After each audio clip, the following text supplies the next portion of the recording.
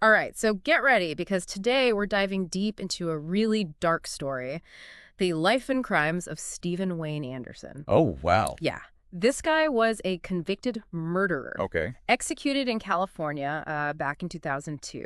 Gotcha. And our main source for this deep dive is his Wikipedia entry. Okay.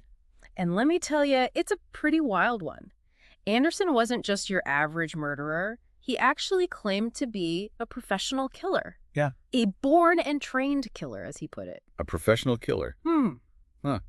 That's pretty chilling detail right there. It definitely raises a lot of questions. Yeah, exactly. Like, was he really being serious about that? Or was he just trying to, make himself seem even more scary? Yeah, I mean, was it some kind of like twisted justification for his actions? Or just a way to kind of build up this image of himself as this ultimate tough guy? It's hard to say for Really sure. makes you wonder what was going on in his head. Definitely. Well, to get a better idea, let's start at the beginning. So Anderson was born in Utah back in 1953. And to say his childhood was troubled is putting it lightly. Oh, okay. His father was an alcoholic and violent, and his mother was emotionally abusive. Oh, wow. Yeah, and to make matters worse, they actually kicked him and his brother out of the house when he was just 14. 14. That's so young. I mean, that kind of early trauma can have such a huge impact on a person's life. Absolutely. And you can't help but wonder if that kind of environment played a role in his later actions. Yeah, I mean, it's definitely a question worth considering. When you look at the backgrounds of violent criminals, childhood trauma often pops up as a major factor. Hmm. Not saying it excuses anything, of course, but trying to understand Anderson's upbringing might give us some insight into the choices he made, the path he went down. I totally agree. And sadly, it wasn't long before his troubled past turned into a criminal record. By the time he was 18, he was already breaking into a school and threatening police officers. Oh, really? Yep, that landed him in prison for the first time. But even being behind bars didn't put a stop to the violence. Oh, no. This is where things start to get really disturbing. While he was serving time for that burglary, he actually killed a fellow inmate, a man named Blundell, back in 1977. Wow. He also assaulted another inmate and even attacked a correctional officer. So he really had no regard for authority or the law. None whatsoever. It's like a complete lack of respect for human life. Yeah, a total disregard. It's a pretty clear pattern at this point. Definitely. So clearly, prison didn't exactly rehabilitate him. In fact, you could say it made things worse. Oh, man. Then, in 1980, he committed the crime that would ultimately land him on death row. The brutal murder of an 81-year-old woman named Elizabeth Lyman. Oh, gosh. Yeah. She was a retired piano teacher living in her home in Bloomington, California. And this wasn't just a random act of violence, it was planned out, cold-blooded. Okay. He cut the phone line, broke into her house, and shot her in the face while she was sleeping. Oh, that is so awful. It's absolutely chilling. And what makes it even more disturbing is what he did after killing her. He just calmly made himself a meal in her kitchen. He cooked a meal after murdering her. Yeah, like it was no big deal. It's just mind-blowing, the lack of remorse. That is really unsettling. It's just so detached, so lacking in any kind of emotional response. It really is. And to get even more insight into his twisted mind, there's this. Anderson actually confessed to being a professional contract killer. He claimed to have committed 6 other murders in Las Vegas before he killed Elizabeth Lyman. Wait, so on top of everything else, he was a hitman. He said he was. Oh. And get this, he also escaped from prison back in 1979 and spent some time working for drug traffickers. He escaped and got involved with drug trafficking. I mean, this guy's life reads like something out of a crime novel. Yeah, it really does. And when asked about all of this, you know what he said. He said, and I quote, "I was born and trained to be a killer. I always wanted to be a killer." Wow. I mean, what do you even say to that? It's just bone-chilling. Yeah, that's a tough one to unpack. I mean, was he really born a killer? Or did his environment, his experiences mold him into that? It's that age-old question of nature versus nurture. It really is. And it's that complexity, that darkness that makes this case so fascinating and Right. so terrifying. Absolutely. It's a real head-scratcher Yeah, and a stark reminder of the dark side of human nature. yeah. And here's where things get even more complicated. Mm. Because even with all the brutality, there are some things about Anderson's story that just make him kind of a puzzle. What do you mean? Well, take his execution, for example. Oh, right. That was back in 2002 at San Quentin. They used lethal injection. Right. And of course, anytime there's an execution, it brings up this whole debate about capital punishment. Yeah. Is it ever really the right thing to do, even in a case like this? It's such a huge ethical question, a moral dilemma that we just as a society keep struggling with. Definitely. And it gets even more complex when you consider people like Anderson, Hmm. with his background, all the trauma and abuse. Right. Does that change how responsible he really was for his actions? Or are his crimes so bad that it doesn't matter? It's a tough question to answer. It really is. And it kind of brings us back to that question of, were guys like Anderson just born bad? Or did their environment make them that way? Like, can we really separate nature from nurture when we're trying to understand why people do these awful things? Exactly.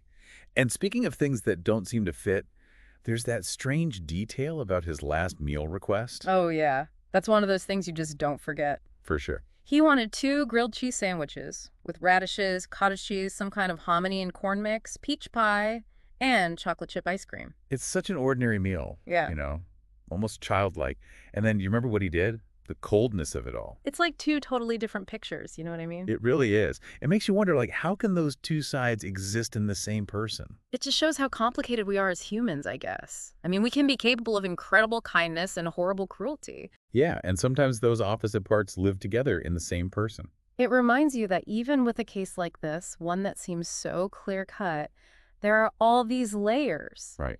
And we might try to figure it out, to understand, but in the end, we may never really get the human mind, especially when it comes to people like Stephen Wayne Anderson. I think you're right. It's a cautionary tale, really. A reminder of that dark potential that's in all of us. Definitely. But it also shows us how important compassion is, empathy, trying to understand. For sure. Because even though Anderson shows this path of violence, there are still things we can learn from his story. It forces us to look at those hard truths about ourselves, about good and evil, and about how our justice system works. And maybe by having these tough conversations, trying to get a deeper understanding of what leads to violence and crime, we can work towards making a world where tragedies like this happen less often. I hope so. Because what we learn from cases like this could help us prevent harm, protect people who might become victims, and maybe even offer some hope for redemption, even in the darkest places. That's a powerful thought. That even facing this level of darkness, there's still a chance for growth, for understanding, for change. Absolutely. Well said. And I think that about wraps up our deep dive into the life and crimes of Stephen Wayne Anderson. It's been a journey, for sure, taking us into some of the darkest parts of human nature. But it's also been an exploration of how complex the human spirit is, the power of hope, and the possibility of change. So as we wrap up our look at Stephen Wayne Anderson, what are some of the big takeaways you think our listeners should keep in mind? Well, to me, it all comes back to this idea of nature versus nurture. Hmm. Anderson's story really shows how both what we're born with and what we experience can make us who we are. Yeah, that's a really important point. It's so easy to just write someone like Anderson off as evil and not think about it any deeper. But his story, it makes us look closer, to think about the things that might have led him down this violent path. Exactly. Hmm. And even though knowing those things doesn't make what he did okay, it could help us understand how violence starts. Maybe even stop something like this from happening again. Right. It's about seeing those red flags early, pushing for programs that can help people before they go too far, building a world that supports those who are dealing with trauma, all the tough stuff. Absolutely. We can't just punish crime after it's happened. We have to get to the root of the problem. Build a society that's more understanding, more forgiving, that focuses on helping people change instead of just locking them up. And that brings us to another big point, right? The whole debate about the death penalty, Anderson's execution, it brings up a lot of moral and ethical questions about capital punishment, especially in cases where mental illness or a rough childhood played a big part. It's a conversation that's been going on forever. And Anderson's case really shows how complicated it is. There are good arguments on both sides. In the end, it's something we as a society have to figure out. I think what makes Anderson's story so interesting is that there aren't any easy answers. He did some horrible things, but there were those glimpses of something else, too, like that last meal request. Oh, yeah. It's hard to forget that. Just a simple, normal kind of meal. It reminds us that even someone who's capable of doing terrible things is still a human being, shaped by their life, with their own feelings. Yeah, and that's a big thing for our listeners to think about, because it challenges us to see past easy labels and look at how complicated people really are, even when they've done something truly evil. Exactly. Understanding doesn't mean you agree with what someone did.